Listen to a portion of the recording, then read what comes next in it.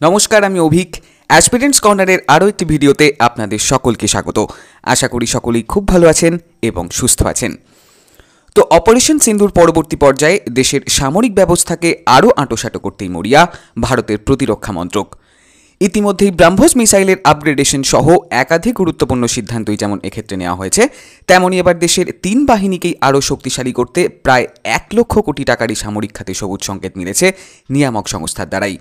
নতুন এই প্রস্তাবনায় মূলত ইন্ডিয়ান আর্মি এবং নেভির একাধিক প্রজেক্টের সম্মতি মিলেছে, যা এই যাবৎকালের অন্যতম বড় সামরিক সংযোজনই হতে চলেছে বলেই জানিয়েছেন একাধিক প্রতিরক্ষা বিশেষজ্ঞই।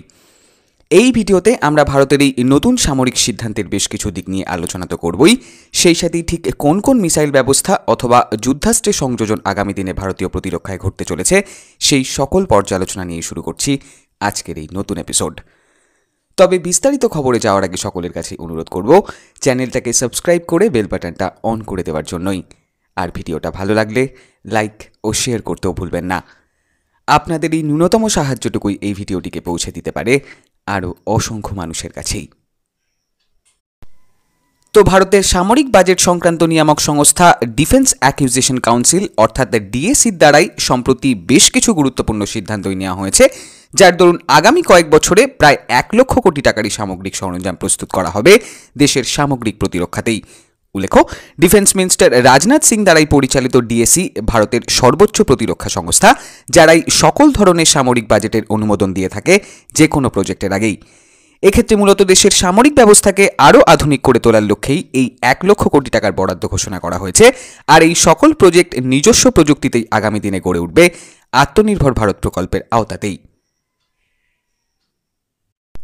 এক্ষেত্রে প্রথমেই ইন্ডিয়ান আর্মির জন্য quick reaction surface two air missile প্রস্তুত করা হবে, যার জন্য প্রায় 30,000 কোটি টাকাই বরাদ্দ করা হয়েছে এই সম্পূর্ণ প্রজেক্টের জন্যই।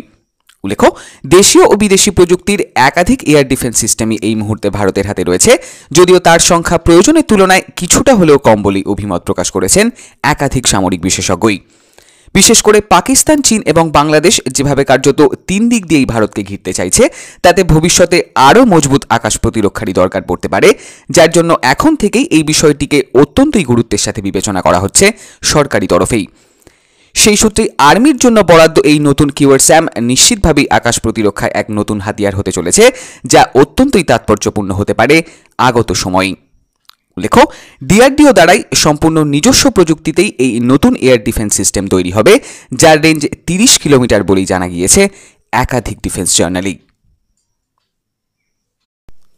এছাড়াও ইন্ডিয়ান আর্মির জন্য অধিক সংখ্যক আর্মার্ড রিকভারি ভেহিকেলসও আগামী দিনে প্রস্তুত করা হবে, যেগুলিকে মূলত ট্যাঙ্ক মেরামত অথবা ট্যাঙ্কের স্থানান্তরের জন্যই ব্যবহার করা হয় যুদ্ধকালীন সিচুয়েশনেই। এক্ষেত্রে সেনাবাহিনীর প্রধান হাতিয়ার অর্জুন ব্যাটেল ট্যাঙ্কের সাথেই সামঞ্জস্য রেখে এই নতুন রিকভারি ভেহিকেলগুলিকে তৈরি করা হবে, যা অত্যন্তই কার্যকারী হতে পারে আপৎকালীন যে কোনো পরিস্থিতিতেই। সেই সাথে আর্মির জন্যই ভবিষ্যতে আরও উন্নত ইলেকট্রনিক ওয়ারফেয়ার সিস্টেমও প্রস্তুত করা হবে, যা ভীষণভাবেই প্রয়োজনীয় এই ডিজিটাল ওয়ারফেয়ারের যুগেই।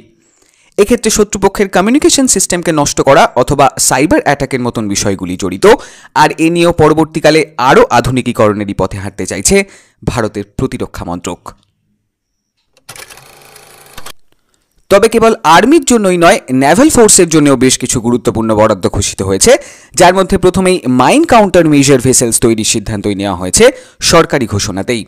উল্লেখ্য, সমুদ্রের মধ্যে লুকিয়ে থাকা নেভাল মাইনগুলিকে খোঁজার জন্যই এই বিশেষ জলযানগুলিকে ব্যবহার করা হয়, যা মূলত বন্দর এলাকার নিরাপত্তা এবং সেই সাথেই বাণিজ্য পথগুলির নিরাপত্তা সুনিশ্চিত করতেই ব্যবহার করে পৃথিবীর বেশ কয়েকটি দেশই।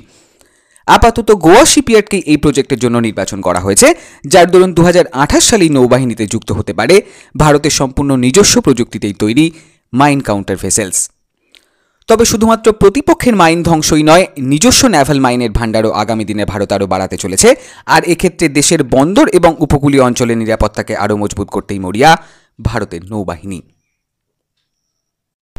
এছাড়াও সমুদ্র নিরাপত্তায় আগামী দিনে সাবমার্সিবল অটোনমাস ভেসেলসও যুক্ত করা হবে, যেগুলি এক কথায় আন্ডার ওয়াটার ড্রোনের মতোই কাজ করতে পারে যে কোনো মিশনেই। এক্ষেত্রে ইন্টেলিজেন্স গ্যাদারিং অথবা সার্ভেলেন্সের মতন কাজ যেমন এই আনম্যান ভেসেলসগুলি রয়েছে, তেমনি মাইন ডিটেকশনের কাজেও পারদর্শী অত্যাধুনিক এই জলযানগুলি। সেই সাথেই নেভির আর্টিলারি সিস্টেমেও আগামী দিনে সুপার র্যাপিড গান মাউন্ট প্রযুক্তি অ্যাড করা হবে, যেগুলিও সর্বাধুনিক এবং প্রতি মিনিটে প্রায় 120 রাউন্ডেরও বেশি ফায়ার করা সম্ভব এই অত্যাধুনিক প্রযুক্তিগুলির দ্বারাই।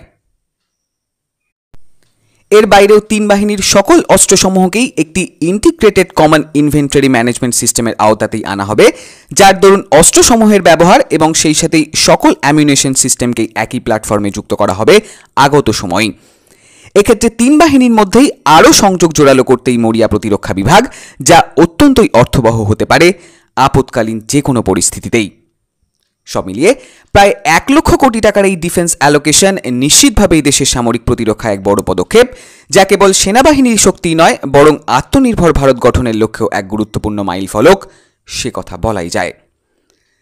ভারতের অতি গুরুত্বপূর্ণ এই সামরিক সিদ্ধান্ত নিয়ে আপনাদের মতামত অবশ্যই জানাতে ভুলবেন না।